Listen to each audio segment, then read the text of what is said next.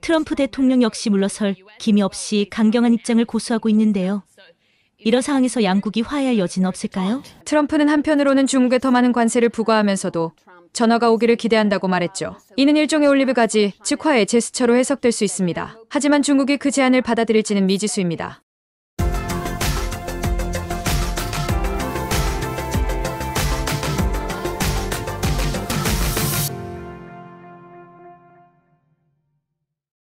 안녕하세요. 오늘의 테슬라 뉴스입니다.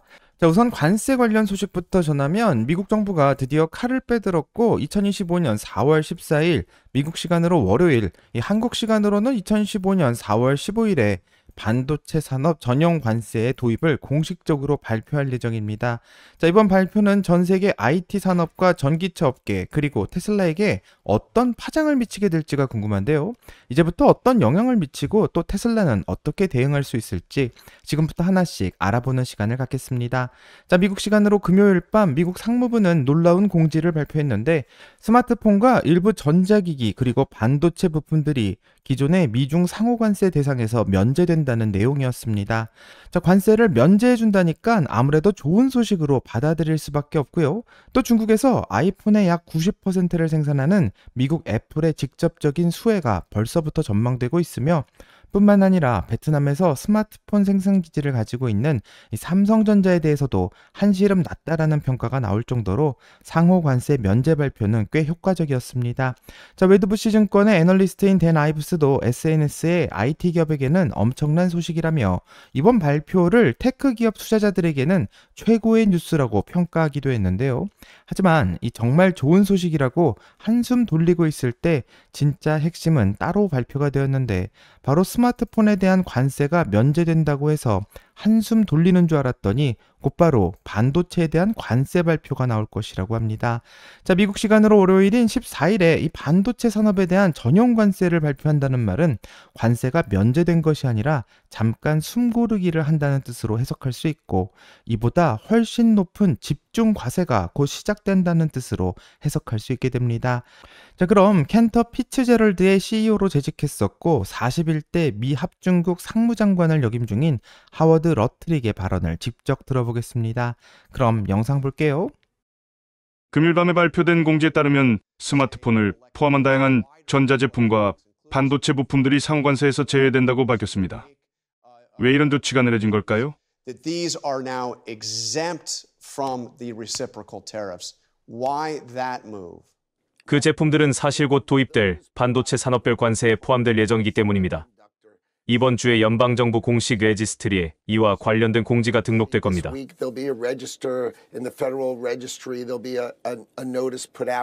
이건 완전히 다른 방식의 접근인데요.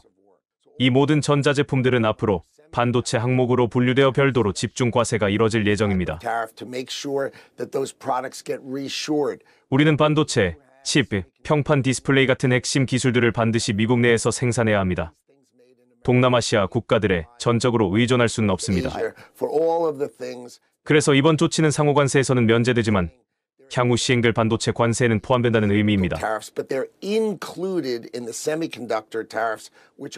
이 조치는 한두 달 안에 시행될 가능성이 크며 아주 빠르게 다가오고 있습니다. 자, 영상을 다 봤는데 상무장관인 하워드 러트릭은 완전히 다른 방식의 접근이라고 말하며 모든 전자제품들은 앞으로 반도체 항목으로 분류되고 별도의 집중과세를 맞을 거라 경고하고 있습니다. 자, 이렇게 반도체에 대해서 따로 관세를 매기는 이유는 중요하게 사용되는 반도체 칩과 평판 디스플레이 같은 핵심 기술들이 다른 나라가 아니라 반드시 미국 내에서 생산해야 된다는 트럼프 행정부의 방침 때문이고요. 어떤 관세 발표가 나올지를 모르기 때문에 더 걱정이 될 수밖에 없습니다. 자, 트럼프 대통령은 현재 월요일에 답을 주겠다라는 말을 하고 있기 때문에 과연 반도체 관세는 얼마가 나올지에 대해서 모두가 궁금해할 수밖에 없는데요. 아마도 반도체 관세는 이 무역확장법 232조를 따를 확률이 매우 높아 보이고 있습니다. 자, 무역확장법 232조는 미국 대통령이 국가 안보를 위협한다고 판단되는 수입 제품에 대해서 조치를 취할 수 있는 권한을 부여할 수 있는 제도로 그런 제품에 대해서 관세 부과나 수입량 제한 또는 쿼터 설정 등을 할 수 있는데요. 2018년 트럼프 대통령이 철강에 25%의 관세와 알루미늄에 10%의 관세를 부과한 것도 무역 확장법 232조를 적용했기 때문이고, 미국 내 철강과 알루미늄 산업의 침체가 국방 산업 및 국가 안보에 위협이 된다고 판단하고 있는 것으로 해석됩니다. 자, 따라서 업계에서는 현재 반도체에 대해서 25% 안팎의 관세율이 나오지 않겠나 이렇게 예상하고 있고요. 이 해당되는 반도체는 시스템 반도체인 CPU와 GPU, 그리고 자동차용 칩인 ADAS와 인포테인먼트용 반도체, 디스플레이용 칩과 배터리 관리용 칩들이 해당될 것으로 보입니다. 자, 안타깝게도 테슬라 차량 한 대당 반도체의 사용량은 타 브랜드 자동차보다 훨씬 더 많은 상황인데요. 이로 인해서 만약 일부 반도체 제품이 25%의 관세 대상이 된다면 차량 한 대당 약 3,000에서 4,000달러의 원가 상승이 예고되고 있습니다. 자, 테슬라는 자율주행 FSD에 사용되는 칩을 따로 가지고 있고요. 이뿐만 아니라 비전 카메라 및 센서 제어용 칩도 차량 안에 가지고 있는데, 이 테슬라의 전면에 있는 3개의 카메라 안을 보면 이 카메라 사용을 위해서 이 CMOS 이미지 센서가 있는 것을 확인할 수 있고, 이미지 센서 역시 반도체 부품이기 때문에 반도체 관세에 해당되며 다른 차량보다 더 많은 카메라를 가지고 있는 테슬라에게는 상당히 불리하게 적용될 예정입니다. 자, 뿐만 아니라 모델 3의 배터리 관리 시스템인 BMS도 확인해 보면요, 이 안에도 많은 반도체 칩이 사용된 것을 알 수 있고, 이뿐만 아니라 테슬라의 MCU에도 이 반도체가 사용되는 것으로 알려져 있고, 테슬라 안에는 약 3,000개에서 3,500개 정도의 반도체가 사용된 것으로 분석되고 있습니다. 자, 이는 일반적인 내연기관 차량의 3배에 달하는 수치로 테슬라를 바퀴 달린 컴퓨터라고 부르는 이유가 바로 여기에 있는데요. 정말로 이런 반도체 칩들에게 25%의 관세가 붙는다고 한다면 차량에 들어가는 반도체 원가가 평균 1,500달러 정도로 예상했을 때 25%인 375달러 정도의 증가율을 예상하고 있습니다. 자, 375달러 정도라면 큰 영향이 없는 거 아니냐 이렇게 생각할 수도 있지만, 이 반도체 칩의 가격은 재고 부족으로 급등할 가능성도 있고, 또 부품 조립과 검수, 테스트 과정에서 발생하는 간접 비용도 상승해 차량 한 대당 원가 상승분이 3,000달러에서 4,000달러까지 오를 수 있다는 분석이 나오고 있기 때문에 이 가볍게 볼 문제가 아닌 것 같습니다. 자, 정말 이렇게 테슬라의 원가에 큰 영향을 미치게 된다면 가격을 올릴 수밖에 없기 때문에 이는 테슬라 판매에 큰 문제가 될 수밖에 없는데요. 이 블룸버그에서는 현재 미국과 중국이 벌이고 있는 관세 전쟁이 과연 언제쯤 끝날 수 있을지에 대한 분석을 해봤고, 어떤 이야기를 하는지 같이 한번 확인해 보겠습니다. 자, 한글 자막의 원본 영상은 회원님들에게 먼저 선공개되었고요. 라이센스 문제로 한국어로 더빙된 영상 같이 시청하겠습니다. 그럼 영상 볼게요. 블룸버그 오피니언은 시진핑 주석이 미국 대통령보다 더 큰 정치적 경제적 고통을 감내할 수 있기 때문에 중국이 먼저 물러서지 않을 것이라고 분석합니다. 지금 그녀와 함께 자세한 이야기를 들어보겠습니다. 중국이 먼저 양보하지 않을 거라고 보시네요. 그 이유는 뭔가요? 네, 가장 큰 이유는 시진핑이 도널드 트럼프보다 훨씬 더 강력한 정치적 권력을 갖고 있기 때문입니다. 그는 마오쩌둥 이후 중국에서 가장 권위 있는 인물이고, 트럼프처럼 중간 선거를 걱정할 필요도 없죠. 물론 중국 경제가 어려운 상황이고 이번 관세 조치가 큰 타격이 될 것은 분명합니다. 하지만 이 관세는 동시에 미국 내 소비자들에게도 물가 상승이라는 부담을 안길 겁니다. 트럼프 행정부가 뭐라고 하든 결국 미국 경제에도 타격이 갈 수밖에 없습니다. 미국에서는 이미 경기 둔화나 심지어 침체에 대한 우려가 커지고 있어요. 이런 불안은 미국에서는 금세 확산되지만 중국에서는 쉽게 외부에 드러나지 않습니다. 그 이유 중 하나는 중국 공산당이 언론과 정책을 강하게 통제하고 있기 때문이고요. 또 하나는 이 상황을 오히려 중국이 자신들의 정치적 내러티브를 강화하는 기회로 삼고 있기 때문입니다. 제가 이전에도 방송과 칼럼에서 다뤘지만 중국은 미국이 우리를 억압한다는 메시지를 계속해서 강조하고 있어요. 이번 사태도 그런 주장에 힘을 실어주는 또 다른 사례입니다. 중국은 미국의 압박에도 굴복하지 않는다는 강한 입장을 국민들에게 알리고 있고, 그래서 최근 며칠간 우리가 봐온 것처럼 당당한 태도를 유지하고 있는 겁니다. 미국도 마찬가지입니다. 트럼프 대통령 역시 물러설 기미 없이 강경한 입장을 고수하고 있는데요. 이런 상황에서 양국이 화해할 여지는 없을까요? 좋은 질문입니다. 트럼프는 한편으로는 중국에 더 많은 관세를 부과하면서도 전화가 오기를 기대한다고 말했죠. 이는 일종의 올리브 가지, 즉 화해의 제스처로 해석될 수 있습니다. 하지만 중국이 그 제안을 받아들일지는 미지수입니다. 중국은 현재 비공식 외교 채널이 열리기를 기다리고 있는 듯하고 개인적으로는 그런 방식이 더 현명하다고 봅니다.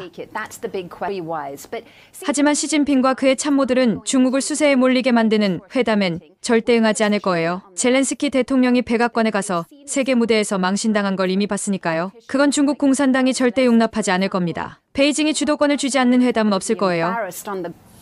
최근 동료와 대화를 나눴는데요. 지금 상황은 마치 부모의 이혼을 지켜보는 자식 같은 기분이더라고요.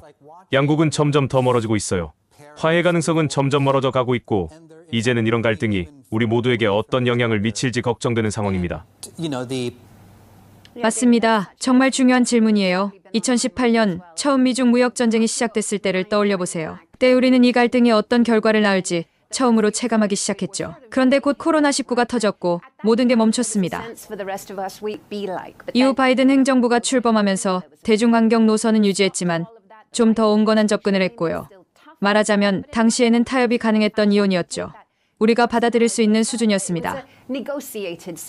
하지만 이번에는 완전히 달라요. 모든 가능성이 사라졌습니다. 이미 제가 칼럼에서 언급했듯이 중국은 이제 아시아 태평양 지역을 중심으로 새로운 외교 전략을 펼치고 있습니다. 방금 얘기했듯이 최근의 동남아 순방은 매우 중요하고 본질적인 움직임이었습니다. 앞으로 중국은 이런 외교적 메시지를 더 강하게 내보낼 겁니다.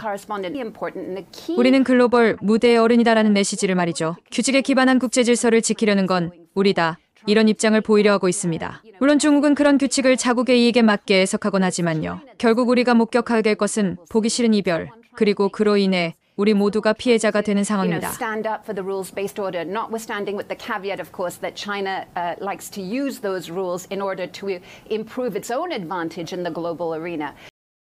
자, 영상을 다 봤는데 현재 관세 전쟁에서 미국과 중국 모두 강경한 입장을 고수하고 있는데 이런 상황에서 양국이 화해할 수 있는 여지가 있는지를 묻자 이 트럼프 대통령은 중국에게서 전화가 오기를 기대한다고 말해 화해의 제스처로 해석할 여지를 주고 있지만 아쉽게도 이미 우크라이나의 젤렌스키 대통령이 백악관에 가서 세계의 무대에서 망신을 당했던 선례가 있기 때문에 중국에서는 절대 회담에 응하지 않을 거라 예측하고 있습니다. 자, 한마디로 두 나라가 화해하는 것은 어렵다는 판단이고요. 중국 역시 끝까지 갈 것이라는 예측이 나오고 있는데 이것을 보면 이번 전쟁이 쉽게 끝날 것 같지가 않습니다. 자, 문제는 정말 전쟁이 계속되고 정말로 반도체에 25%의 관세가 붙는다면 테슬라가 관세를 회피할 방법은 없는가? 이 점이 중요한데요. 이 테슬라의 FSD 칩을 만들고 있는 TSMC에서는 미국에서 공장을 벌써 가동 중이라고 하며 이 TSMC는 미국 애리조나주에서 건설 중인 반도체 공장에서 애플의 모바일용 반도체를 본격적으로 생산하고 있다고 합니다. 자, 반도체를 생산하는 TSMC와 삼성전자는 미국에서 모두 반도체 공장을 짓고 있는데 이 TSMC의 공장은 2025년 완공을 예정하고 있고 하반기 정도 된다면 본격적인 생산을 할 수 있을 것 같습니다. 자, 삼성의 공장은 2026년부터 생산이 가능하다고 하기 때문에 현재 많은 물량이 미국으로 몰리고 있는 것을 생각하면 2026년 삼성의 공장이 완공이 돼야지만 이 테슬라도 미국에서 반도체를 생산할 수 있을 것으로 보입니다. 이 관세를 회피할 수 있는 방법은 미국에서 반도체를 생산하는 공장을 사용하는 것이 유일한 방법처럼 보이는데요. 하지만 테슬라는 다른 자동차 회사와는 다르게 자체적으로 자율주행을 위한 반도체를 설계하고 있고 이 도조라는 자율주행 훈련칩은 다른 회사에서는 사용하고 있지 않으며 테슬라가 유일한 상황인데 이 테슬라 전용 칩은 테슬라가 직접 설계한 특수 목적 반도체이기 때문에 이런 칩은 대체가 불가능한 상황입니다. 또 테슬라가 기가 텍사스나 기가 네바다 등 미국 내 공장을 통해서 대규모의 일자리를 창출하고 있는 것을 근거로 미국 무역 대표부나 상무부를 통해 관세 예외를 신청할 수도 있는데요. 그 조건으로는 국가 안보에 위협이 없어야 하며 대체 불가 기술이어야 한다는 조건이 있지만 현재 테슬라는 두 가지 다 모두 해당되는 것 같습니다.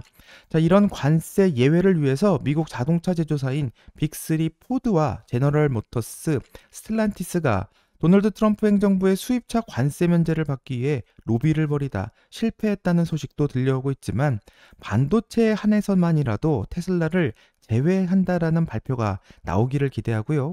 2025년 4월 14일 미국 시간으로 월요일 과연 어떤 발표가 나오는지 같이 한번 기다려봐야 될 것 같습니다. 자, 여기까지가 오늘의 테슬라 뉴스고요. 오늘 영상이 도움이 되셨다면 구독과 좋아요 그리고 알람 설정 부탁드립니다. 오늘 좋은 하루 되시고요. 오늘의 테슬라 뉴스는 내일 또 새로운 소식으로 다시 찾아오겠습니다. 감사합니다.